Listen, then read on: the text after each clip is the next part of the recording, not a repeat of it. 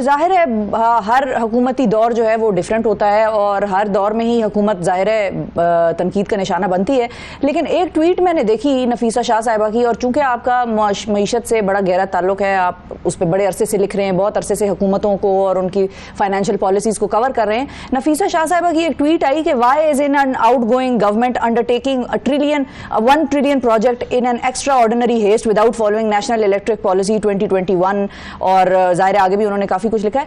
جو بھی out going governments ہوتی ہیں، اور اس میں اب تو آج کل تو ہماری کیئر ٹیکر گورنمنٹ بھی جو ہے وہ بھی ایسے فیصلے کر رہی ہے، لانگ ٹرم پلانز اناؤنس کر رہے ہیں، فائنینشیل جو لوگوں کو جو ہے وہ گرانٹس دے رہے ہیں اپنے ایم این ایز کو، ایم پی ایز کو. تو یہ چیزیں کیا نارمل ہیں یا ہم نے ابھی دھیان دینا شروع کیا، یا ملک میں اسی طرح پہلے سے ہوتی تھی کہ آخری مہینے میں آخری 10 دن میں اربوں روپے جو ہیں وہ دیے جا رہے ہیں لوگوں کو، یا اربوں کے منصوبے منظور کر رہے ہیں؟ پاکستان کی بقا، سلامتی اور بہتر مستقبل کے لیے انتہائی خطرناک فیصلے ہیں. قرض کا بوجھ اتنا بڑا ہے کہ آپ پہلے ہی وہ آپ کے لیے ناقابل برداشت بن گیا ہے، اور آخر میں بوجھ حکومتوں پہ یا اشرافیہ پہ نہیں آتا، وہ تو عام لوگوں پہ پڑتا ہے. تو آپ مزید کو بوجھ میں اضافہ کرنے چلے ہیں. یہ کس قسم کی سوچ ہے اور یہ آپ کیا راستہ اختیار کر رہے ہیں؟ آپ کے ملک میں کاروبار ٹھپ ہو کے رہ گئے ہیں. اس وقت صنعت، تجارت، آپ لوگوں سے جا کے بات کریں، ایک زمانے میں یہ صنعت اور تجارت سے تعلق رکھنے والے جو افراد ہیں بڑے بڑے، وہ نون لیگ کے مجموعی طور پہ حامی ہوا کرتے تھے، لیکن آج وہاں سے پس پردہ جو تنقید آ رہی ہے، جی بالکل، وہ ایسی ہے کہ یہ لگتا ہی نہیں ہے کہ یہ وہی پارٹی ہے اور یہی تعلق ہے جو کہ ماضی میں ہوا کرتا تھا بزنس کمیونٹی سے. تو یہ تو آپ بھول جائیں کہ یہ بہتری کا راستہ ہے، اور آگے IMF کی بھی تلوار ہے. یہ بھی ممکن ہے کہ یہ فیصلے بس اعلانات کی حد تک ہوں، ووٹس حاصل کرنے کے لیے ایک دفعہ الیکشن ہو جائے تو پھر کون یاد رکھتا ہے، اور پھر آگے جا کے کل کیا ہوگا، آنے والی کل وہ ایک علیحدہ چیز ہے. جو آج اعلانات ہو رہے ہیں وہ کل کسی سرد خانے میں ڈال دیے جائیں، اور نہ یہ لیپ ٹاپس اتنے ہوں، نہ یہ بڑی بڑی موٹر ویز ہوں. ایک میں آپ سے اپنا ذاتی مشاہدہ شیئر کرنا چاہتا ہوں. 90 کی دہائی میں مجھے افغانستان کئی دفعہ جانے کا موقع ملا، اور 90 کی دہائی میں آپ کو یاد ہوگا کہ تقریباً 13,000 پیلی ٹیکسیاں پاکستان میں ریوڑیوں کی طرح بانٹی گئیں، اور اس وقت یہ کہا گیا کہ جناب یہ بہت بڑا اس سے انقلاب آئے گا، اور جو نوجوان ہیں جن کے پاس نوکریاں نہیں ہیں ان کے لیے یہ ذریعہ آمدن ہے. وہ 90 کی دہائی میں وہی پیلی ٹیکسیاں جلال آباد، کابل اور ہرات میں نے بڑے مزے سے پھرتی ہوئی دیکھیں. وجہ یہ تھی کہ جن لوگوں نے یہاں پہ پیلی ٹیکسیاں لیں، پکڑ دکڑ تو کوئی ان کی تھی نہیں، کچھ نے پیسے دیے، لیکن جنہوں نے نہیں دیے انہوں نے جا کے بارڈر پار وہ گاڑیاں بیچ دی، پونے بیچ دی. نقصان کس کا ہوا؟ پاکستانی بینکس کا ہوا، اور بالآخر بوجھ پاکستانی عوام پہ پڑا. اس قسم کی یہ جو سکیمز ہیں لیپ ٹاپس کا خاص طور پہ، کہ یہ اس کا حساب کتاب کون لے گا؟ بھائی مجھے کوئی اعتراض نہیں ہے، اس وقت میں بھی آپ سے اپنے لیپ ٹاپ پہ بات کر رہا ہوں. اگر کسی غریب آدمی کے بچے کو لیپ ٹاپ مل جاتا ہے بہت اچھی بات ہے، لیکن آپ کے پاس پیسہ کہاں ہے؟ اگر اسی غریب آدمی کے پاس چوائس یہ ہے کہ آپ کو اس کی بھوک اور اس کے افلاس ختم کرنی ہے، تو کیا وہ لیپ ٹاپ کھائے گا؟ وہ کیا کرے گا؟ اس لیے یہ سوچ جو ہے یہ بڑی ایک عجیب سی سوچ ہے جس کا کوئی نہ سر ہے نہ پاؤں ہے. بالکل صحیح، سر ہے نہ پاؤں ہے. اب فائنلی بخاری صاحب، آنے والے چند ماہ الیکشن ہونے تک، اگر تو ہونے ہیں، الیکشن ہونے تک کے وقت کو آپ کس طرح دیکھ رہے ہیں پاکستان کی معیشت کے حوالے سے، اور عوام کو مزید کیا کیا سہنا پڑے گا؟ کچھ چیزوں کو تو ہمیں نظر آ گیا، معلوم ہو گیا کہ چیزیں مہنگی ہو گئی ہیں، اس کے علاوہ جو امپیکٹ ہے پاکستان پہ، پاکستان کی اکانومی پہ، روپے پہ، ڈالر کا، یہ ساری چیزوں کو آپ اگلے چند ماہ میں کہاں جاتے ہوئے دیکھ رہے ہیں؟ دیکھیے، فی الحال تو آپ نے جیسے دیکھ ہی لیا، اسٹیٹ بینک کا اعلان آیا، انہوں نے انٹرسٹ ریٹس نہیں بڑھائے، لیکن اگر مہنگائی کی شرح بڑھتی ہے اور خاص طور پہ ہفتے جو پیٹرول کی پرائسز بڑھی ہیں تو اس کی وجہ سے اگر اضافہ ہوتا ہے تو پھر شاید یہ اسٹیٹ بینک کے اوپر بھی پریشر آئے گا کہ یہ آپ شرح سود کو پھر ریویو کریں، ہو سکتا ہے شرح سود بڑھ جائے.